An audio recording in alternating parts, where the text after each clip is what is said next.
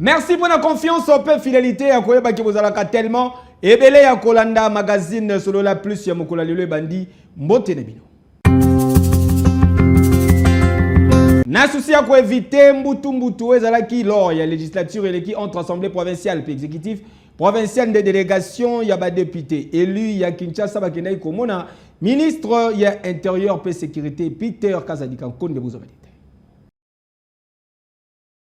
Na souci ya koluka cohabitation pacifique entre assemblée provinciale et exécutif ya Kinshasa, des groupes ya ba députés provinciaux élus na ville province ya Kinshasa, bakendaki kokutana na vice-premier ministre, ministre ya intérieur, sécurité, décentralisation et affaires coutumières, maître Peter Kazadi Kankonde lobi eleki na cabinet na ya Musala, na qualité na ye ya vice-premier ministre, ministre ya intérieur, sécurité, décentralisation et affaires coutumières, maître Peter Kazadi Kankonde a pesaki bango ba conseil à faire pour prévenir sur ba trouble oyo et bisaka bon fonctionnement ya ba institution. Très satisfait na sagesse bénéficier na VPM ba élu ya Kinshasa ba prometaki ke ba kusala nyonso po situation ya crise o elekaki na législature eleki ezonga lisusu te. Nous sommes des députés provinciaux élus de la ville province de Kinshasa. On a sollicité une rencontre avec le vice-premier ministre, ministre de l'Intérieur. Il nous a reçus dans son cabinet de travail. On a échangé sur un certain nombre de points nous préoccupants dans l'Assemblée provinciale et nous sommes très satisfaits. Toutes les préoccupations que nous avons amenées ici, le vice-premier ministre nous a donné des réponses très importantes et nous sommes vraiment satisfaits aux sorties et nous sommes convenus avec lui que ça serait un cadre permanent. De temps en temps, lorsque nous avons des difficultés, des problèmes, on viendra vers lui pour que nous puissions poser nos problèmes et attendre éventuellement des solutions. C'est ça, effectivement, nous ne voulons pas revivre ce qu'on a vécu à la législature passée. Nous voulons que cette fois-ci, et le président de l'Assemblée provinciale et l'exécutif, en l'occurrence les gouverneurs et les vice-gouverneurs qui ne sont que l'émanation de l'Assemblée provinciale, puissent travailler en synergie. Parce que notre souci est que la ville de Kinshasa est Ngenga, comme dit les candidats gouverneurs. La ville est Ngenga, il y a des routes, il y a le problème de l'insécurité dans la ville, il y a le problème de courant, il y a le problème de l'eau. Et l'Assemblée provinciale ainsi que l'exécutif, nous allons travailler ensemble pour trouver des solutions aux problèmes de nos concitoyens, nos électeurs qui nous ont élus. C'était ça le plus grand problème de la législature passée, l'incompréhension ou encore le conflit entre la législature ainsi que l'exécutif. Et je crois qu'avec tous les conseils de son Excellence, nous allons très bien marcher, nous allons travailler en synergie pour réussir cette fois-ci. Nous avons un ticket de l'Union sacrée, le mot d'ordre a été donné et le ticket répond pratiquement au profil. Nous avons un gouverneur qui nous a été proposé, c'est un gouverneur qui est compétent, à l'entendre parler, il a des bons projets, il s'appelle Daniel Bumba. C'est le gouverneur qui nous a été proposé par la hiérarchie. Nous l'avons entendu, nous avons suivi son discours et ensemble nous sommes tous unanimes, nous sommes tous d'accord avec lui et nous savons que si nous lui prêtons main forte, il va réussir dans tous les programmes qu'il a. Ça sera vraiment un pari gagné. Il s'y a rappelé que na législature eleki na oyo etali ville province ya Kinshasa mbutu ezalaki makasi entre président ya assemblée provinciale Godin Poi pe gouverneur ya ville province ya Kinshasa Jontini Ngubila Mbaka. Yo masculinité positive ezalaki au centre ya briefing presse ya Mokola Lobe Sengeli Boyebake ministre ya communication et médias porte-parole ya gouvernement Patrick Mouya a profité d'une occasion pour na ko recadrer cardinal Fridolin Ambongo par rapport à ma propos ya bimisa qui lors ya messe Pascal week-end et l'équipe vous détail. Je vais commencer par les propos du cardinal. C'est des propos qui sont extrêmement graves. venant d'un chef religieux de son acabit. Pourquoi je le dis? Parce que, quelles que soient les raisons, et en plus c'était une messe pascale, la fête la plus importante de chrétiens, quelles que soient les raisons, on ne peut pas soutenir des Congolais qui veulent prendre des armes pour tuer des Congolais pour accéder au pouvoir alors qu'on a fait le choix de la démocratie. C'est inquiétant lorsqu'on se souvient des propos tenus par l'abbé Chollet, je les cite, où on avait besoin d'un courageux.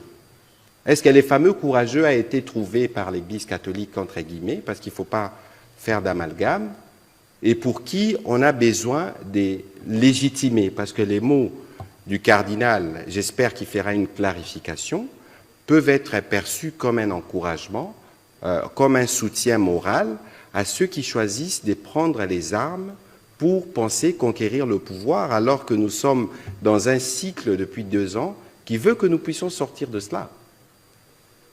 Notre ami Liévin parlait d'adhésion massive. Je ne sais pas quel est le contenu qu'il donne dans massif lorsque vous voyez 3-4 individus, parce que nous savons tous qu'il y avait à un moment le RCD. Nous avions vu toutes les têtes couronnées du RCD. Où est-ce qu'ils sont aujourd'hui? Du CNDP. Là, ce n'est pas une rébellion, c'est une agression qui est établie d'un pays étranger. Que des compatriotes pensent qu'il faut se mettre sur celui qui tue d'autres Congolais, sous prétexte que ça ne va pas dans le pays, il y a un véritable problème. Pourquoi on fait des élections?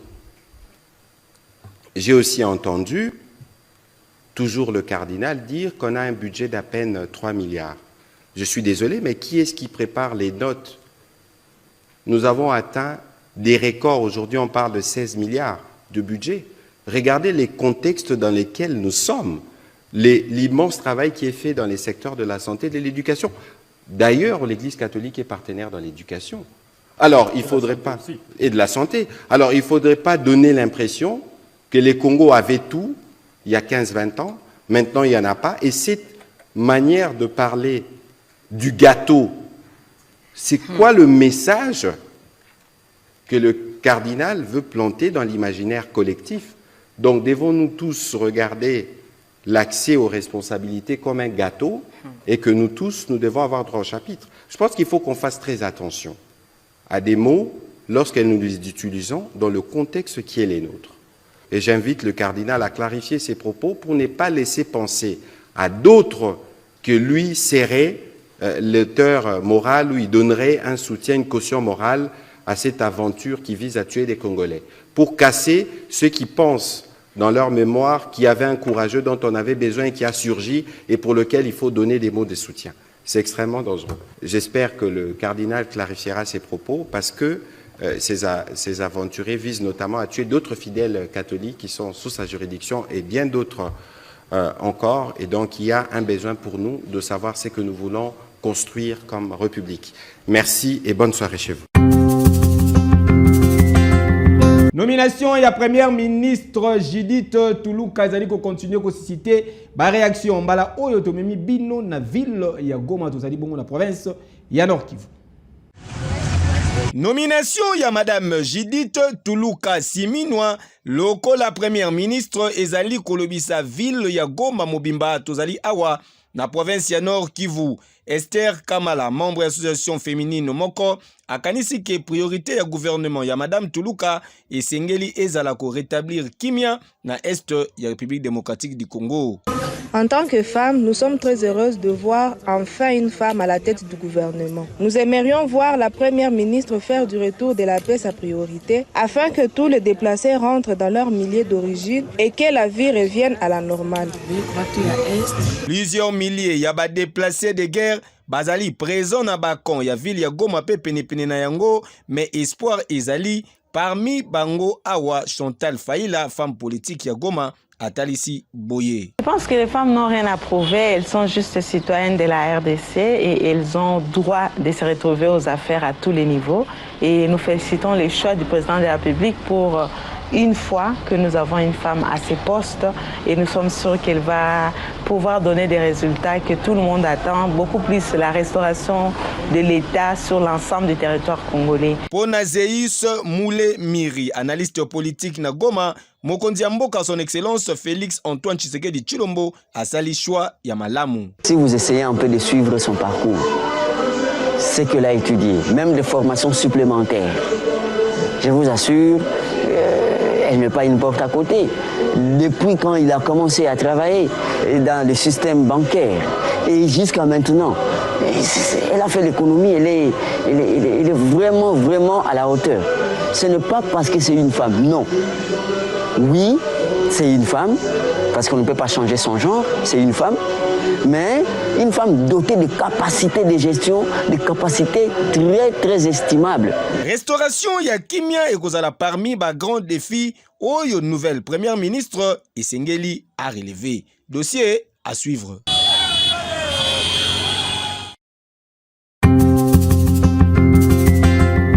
Commandant de la police nationale congolaise en charge de la ville ya Kinshasa, le général Blaise Kilimba Limba kitaki na balabala akangi mituka nyonso ezalaki kokota sans cynique na mituka ya bakonzi ezali kokumba na désordre kokamwa bolandelema oyo. Moto yango nzela yango na. Trop c'est trop na ville province ya Kinshasa bitambolela mwanza bikumbela mwanzeleki na kinkonyo sope komiti na balabala.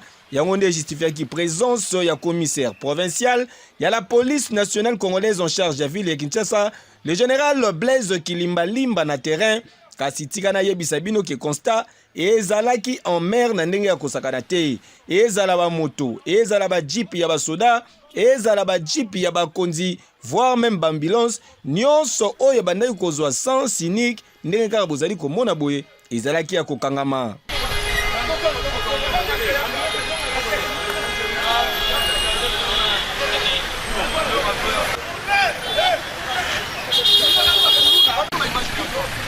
Tout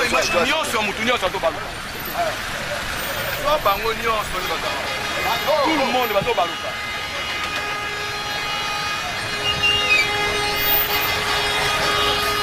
Tout le monde.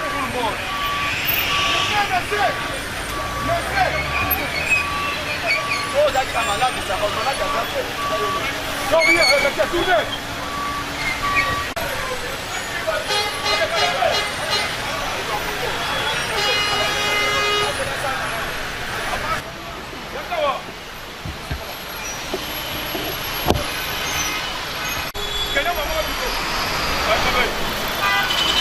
Sur place kagawana na ba jeep oyo ba bachaka ba plaque na bango pe ba tche ba gironphare bazalaki épargné te.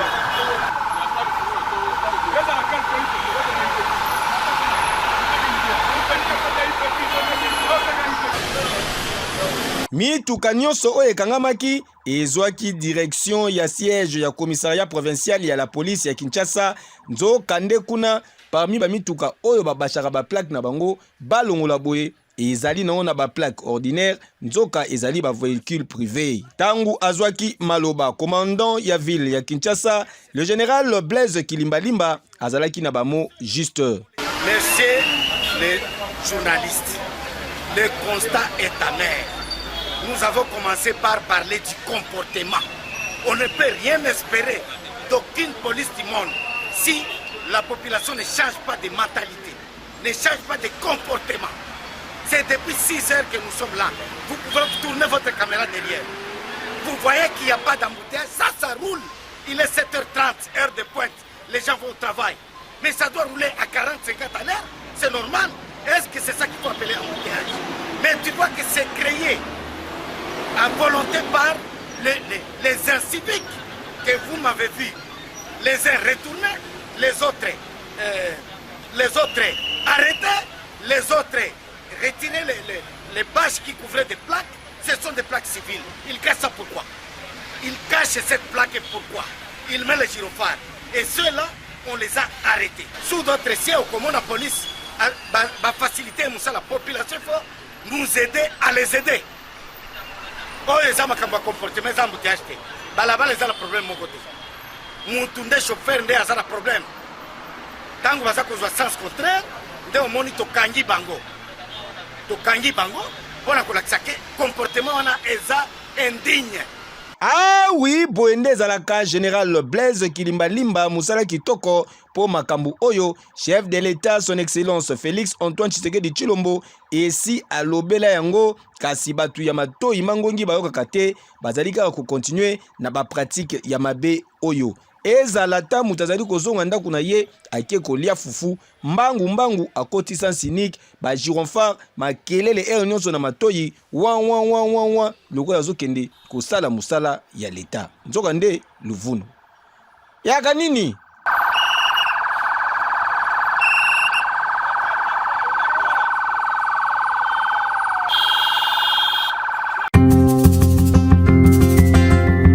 Na commune Yantsele, colonel Aurel Tosa Obika présentaki échantillon ya bakuluna oyo bakangaki na butu ya lobieleki reportage.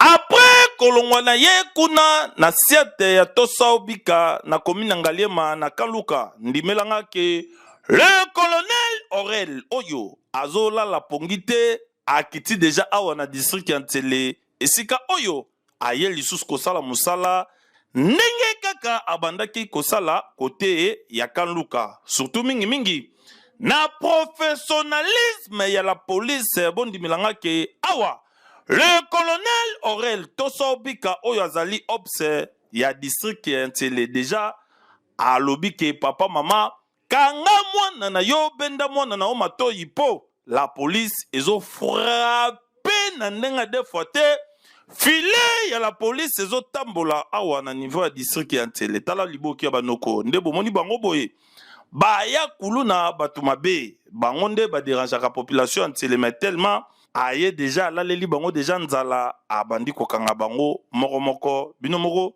boyoka ye moko le colonel Aurel ndenge akomunikaki. Ponga naza na commissariat te na Kanluka nde nazali commandant commissariat lelo naza chargé opération ya district ya Nsele, c'est-à-dire c'est eza na kati ya batribution nanga ya kolandela bato ya mabe kokanga bango po population etikala kimia etambola na kimia esala misala na yango na kimia eza te ke misala na bando osalaka na Kanluka deke na komi awa esili nazosala continuité ya misala parce que ça fait partie ya batribution nanga. Dangereux bazali ya makasi badangereux ya makasi bazali lelo nalaleli bango libanda yango moni fruit ya bouclage ya lelo bango. On appelle ça conseil ya na ba parents. Ba parents o baza ko se respecter ba kondima mukolo moko te bana na bango ba filmer bango et puis ba tunyo so ba mona bango na bilili. Pour les familles qui se respectent, c'est une honte de la famille. Parents tosobika sa commune na district ya Nsele. C'est-à-dire soki mwana na wazala kuluna tokokuta na ye na chemin nanga. Binomoko boyoki le colonel Aurel ndenge a communiqué na micro ya magazine King Magetala oyo tozo senga kaka la police et continue toujours kosala musala nango kitoko surtout na décision oyo ezwami ke kuluna nyonso bakokanga batindie nanu kuna l'inspection provinciale ya ville province de Kinshasa et paya le général Blaise Kilimbalimba la confiance du chef policier du peuple kunande bakotinda ya ki de droit après akendolo bongonde zalaka et sali bien makasi. Soko komi na commune ya Bumbu boko constater que fulu monene ezali kuna population ezali ko matalikolo ya salite batuni beaucoup mestre asalaka nini.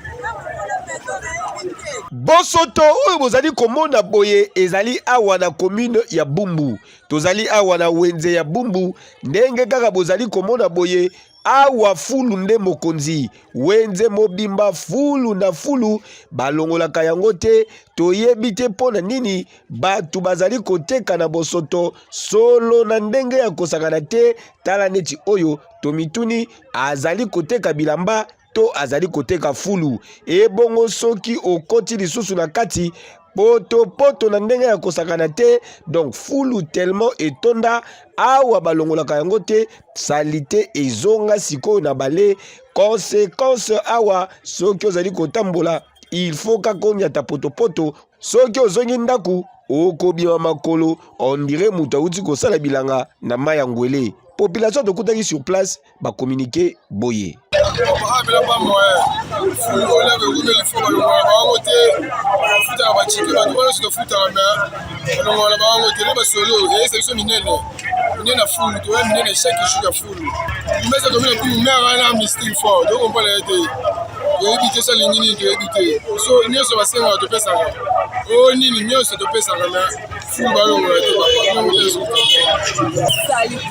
qualité oyo étudiant tokomi kotuse biso tolokopalisute yote na mokie topike bakrise ya sololeki tala funa boye banina bonana bona funa boye te papa nokone biso teleki likambo ata baebaetione biso yayaya bakomini bateleki likambo ya funa boye soso te tala neti boye tokomotika na babanga mpona salite fuleleki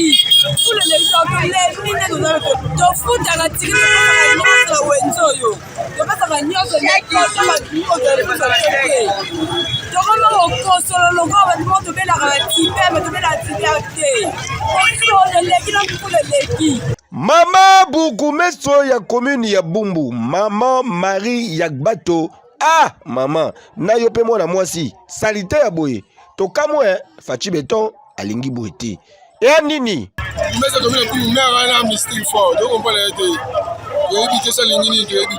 Merci en tout cas pour la confiance et fidélité. Vous avez tellement ébélé à Kolanda Solo la plus. Yamokola Lelo, fils Mani Nazaraki na présentation. Botika, to souhaité joyeux anniversaire na Christopher Mandonga Fatouma. Moi, na ya maman Yvette TKP Aristote TKBakoko. Ya maman Jackie pe papa Gaston Lutete Soda ya poto. Les boss ezali ko yinda mabe mokola lelo bazali ko fêter avec un pacte pe idéologie bo sepela ki na ba image bo pesa merci na aussi Muyanga vient na biso ya Bogar et puis régie finale et Simbamaki ne l'ingénieur musculé, l'ingénieur mystérieux, l'ingénieur très suspect o bino moko boyebi. Bama tabakita Baba Lukama Bele Tukutani Lobi.